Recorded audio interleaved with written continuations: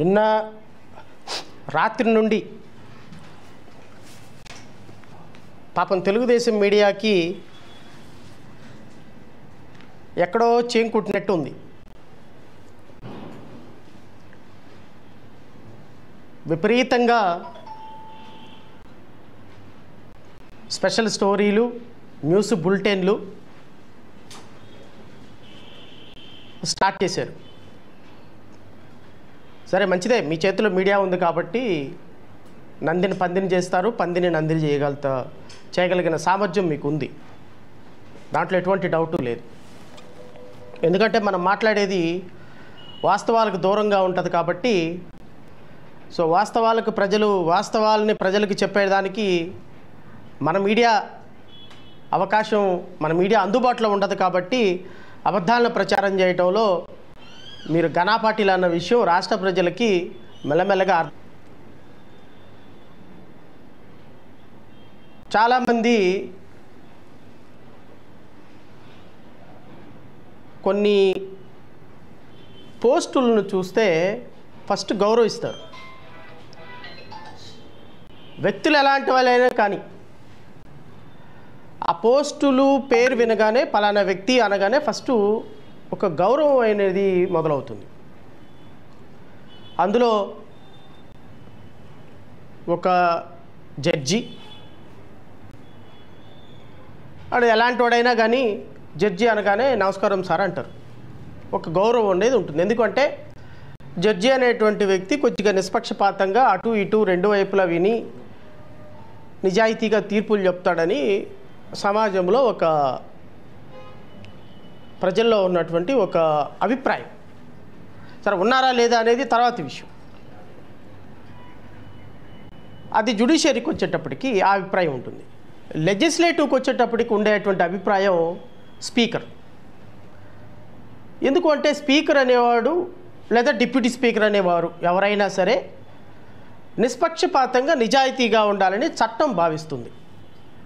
బహుశా స్పీకర్ మీద నేను డిప్యూటీ స్పీకర్ మీద ఈరోజు ప్రెస్ మీట్ పెట్టి డిప్యూటీ స్పీకర్ విధులేంటి, స్పీకర్ విధులేంటి అని చెప్పాల్సి రావటం భారతదేశంలోనే అత్యంత తెలివిగలవాడిని అనుకునేటువంటి మన డిప్యూటీ స్పీకర్ రఘురామకృష్ణంరాజు గారికి బహుశా వారి గురించి పెట్టడం అనేది కొంత నాకు కూడా ఇబ్బందికరంగానే ఉంది. ఎందుకంటే గత ప్రభుత్వంలో మేమిద్దరం మంచి మిత్రులు, కనీసం వారంలో ఒక 4-5 సార్లైనా మాట్లాడుకునేవాళ్ళం. చాలా అంశాలు వారు నేను షేర్ చేసుకున్నాం. ఒక హైకోర్టు జడ్జి చదివే దానికంటే కూడా ఎక్కువ లా చదవగలిగినటువంటి సామర్థ్యం ఉన్న రఘురామకృష్ణంరాజు గారు, అందులో డౌటే లేదు. చాలా ఎక్స్టెన్సివ్గా రీడ్ చేస్తారు, అంశాల పట్ల అవగాహన ఉంది. ఒక న్యాయమూర్తికి కూడా తెలియని అంశాలని లీగల్ ఫీల్డ్లోకి వెళ్ళిపోయి ఆయన రీసెర్చ్ చేయగలిగినటువంటి ఒక సామర్థ్యం ఉన్నటువంటి వ్యక్తి, అందులో డౌట్ లేదు. చాలా సందర్భాల్లో లీగల్ అంశాల పట్ల నేను వ్యూస్ ఎక్స్చేంజ్ చేసుకున్నాము. నేను కూడా చాలా సందర్భాల్లో ఆయన కాంప్లిమెంట్ ఇచ్చాను. మీరు రాజకీయ నాయకులైనా కానీ ఒక మంచి రీసెర్చ్ స్కాలర్ క్వాలిటీస్ మీలో ఉన్నాయి సార్ అని. అలాంటి వ్యక్తి మీద ఈరోజు ప్రెస్ మీట్ పెట్టాల్సి రావటం, ఆయన బాధ్యతలేంటి, ఆయన విధులేంటి అని చెప్పాల్సి రావటం నాకు కొంత ఇబ్బందికరంగానే ఉంది. అలాగని నేనేమి సర్కాస్టిజంగా మాట్లాడలేదు. ఎందుకంటే సర్కాస్టిజంగా మాట్లాడటం రఘురామకృష్ణంరాజు గారికి వెన్నతో పెట్టిన విద్య. బహుశా వెన్నతో పెట్టిన విద్య మిగతా వాళ్ళకి వస్తుందా నేనైతే అనుకోవటం లేదు. బట్ నాకున్నటువంటి చిన్నపాటి తెలివిని బట్టి, చిన్నపాటి జ్ఞానాన్ని బట్టి ఏదో ఒక కొన్ని సంవత్సరాల పాటు జడ్జిగా పనిచేశాను, ఇంకొన్ని సంవత్సరాల పాటు హైకోర్టులో న్యాయవాదిగా ఉన్నాను, ఏదో ఒక చిన్న పొలిటికల్ పార్టీ పెట్టుకొని ప్రయత్నం చేస్తున్నాను, పోరాటం చేస్తున్నాను. కాబట్టి నాకు కూడా తెలిసినటువంటి ఒక 4 అంశాలు రాష్ట్ర ప్రజలతో పంచుకోవాలనేటువంటి అంశంతో ఈరోజు వచ్చాను మీ ముందు. గౌరవనీయులైనటువంటి డిప్యూటీ స్పీకర్ గారు నిన్న డిఓపిటికి మా ఐపీఎస్ సునీల్ కుమార్ గారి మీద ఒక లెటర్ రాశారు. Andhra Pradesh speaker, deputy speaker, Andhra Pradesh legislative assembly అనే హోదాలో, ఈ హోదాలో ఆయన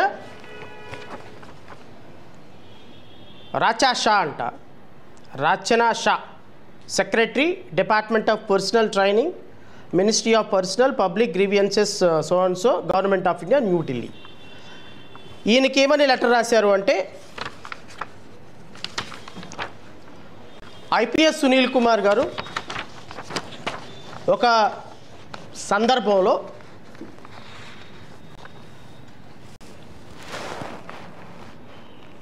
రాజకీయాలకు సంబంధించినటువంటి అంశాల ప్రస్తావన చేశారు.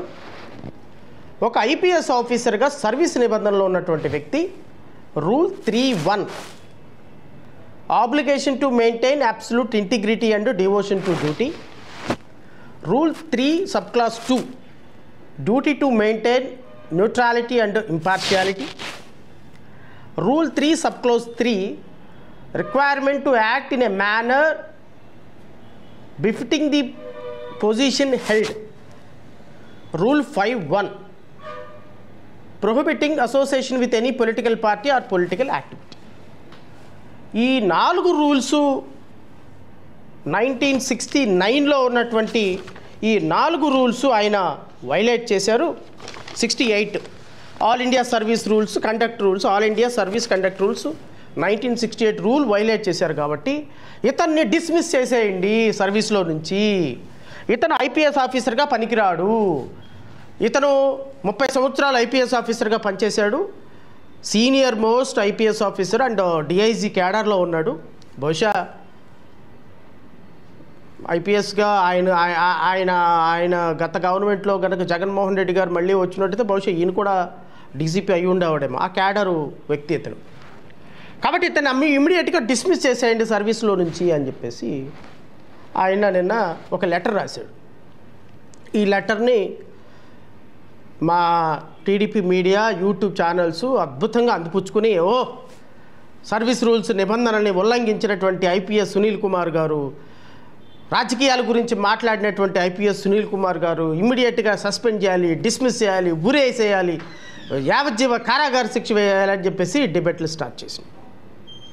మంచిదే, మీరు లేవనెత్తినటువంటి అంశం చాలా అద్భుతమైనటువంటి అంశం.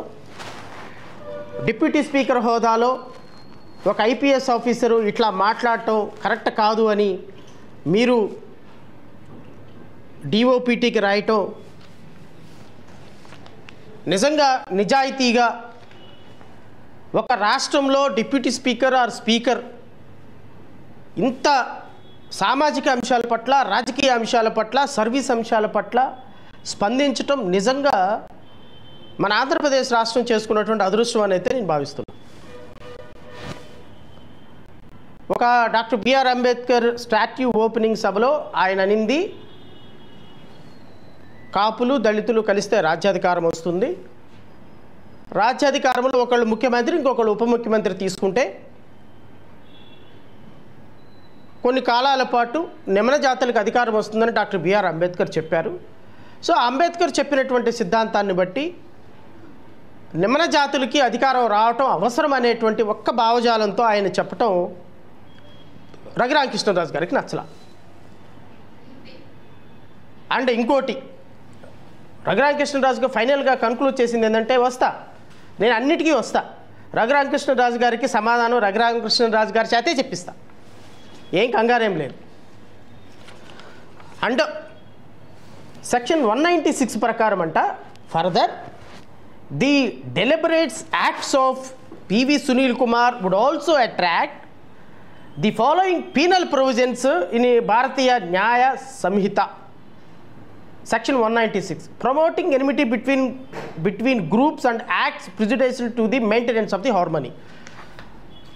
ఆంధ్రప్రదేశ్లోనో లేకపోతే భారతదేశ సార్వభౌమాధికారానికి సంబంధించినటువంటి కులమత ఘర్షణలు రేపటానికి, ప్రజల మధ్య ఉన్న శాంతి సౌభాతృత్వం దెబ్బతినటానికి కారణమైనటువంటి సునీల్ కుమార్ గారికి ఉరిశిక్ష చేయాలి అని గౌరవ డిప్యూటీ స్పీకర్ రఘురామకృష్ణంరాజు గారి కవి హృదయం. ఏం హృదయం? కవి హృదయం అది మొత్తానికి. ఆయన చాలా అద్భుతంగా కవిత్వాలు కూడా చెప్తారు. పాప ప్రజలు మిస్ అయిపోయినారు, కానీ చాలా అద్భుతమైనటువంటి కవి, ఆరేటర్, క్రిటిక్, బిజినెస్ మ్యాన్, ఇంకా ఎక్సెట్రా ఎక్సెట్రా చాలా ఉన్నాయి. సార్ క్వాలిటీస్ అన్నీ ఇన్ని కాదు. అయితే గౌరవ డిప్యూటీ స్పీకర్ గారు ఒక ఐపీఎస్ ఆఫీసర్కి సంబంధించి తన మనసులో ఉన్నటువంటి ఒక అభిప్రాయాన్ని ప్రజలతో పంచుకునే సందర్భంలో దట్టు ఈ was under suspension. Now he is under suspension. ఒక ఐపీఎస్ ఆఫీసర్ తన మనసులో ఉన్నటువంటి అభిప్రాయాన్ని ప్రజలతో షేర్ చేసుకుంటే అది భారతదేశంలో ఉన్నటువంటి రెండు కులాల మధ్య సౌభాతృత్వానికి, శాంతికి విఘాతం కలిగేటువంటి అంశం. చాలా పెద్ద అంశం నిజంగానే. దీని మీద డిఓపిటి ఇమ్మీడియట్గా యాక్షన్ తీసుకోవాలి, ఆయన సస్పెండ్ చేయాలి. Service rules 1968 IPS service rules కూడా పాటించని సునీల్ కుమార్ గారిని ఇమ్మీడియట్గా అరెస్ట్ చేయాలి, సస్పెండ్ చేయాలి. నేను గౌరవ డిప్యూటీ స్పీకర్ గారిని అడుగుతున్నాను ఏంటంటే, సార్ మీరు ఈ రీసెర్చ్నే కొంత కాన్స్టిట్యూషన్లో 10th షెడ్యూల్ అని ఒకటి ఉంటుంది సార్. ఈ 10th షెడ్యూల్లో ఒక ఆర్టికల్ నేను చదివి వినిపిస్తాను. ఇది మీరు కంప్లై చేశారో లేదో ఒకసారి రాష్ట్ర ప్రజలకు ఒకసారి మననం చేద్దాం. మళ్ళీ సాయంత్రం డిబేట్లు పెట్టాలి దీని మీద. ఎందుకు పెట్టాలి? పెడతారో లేదో మరి నాకు తెలియదు. ఎందుకంటే సునీల్ కుమార్ గారి మీద అయితే నేను డిబేట్లు పెట్టారు చాలామంది.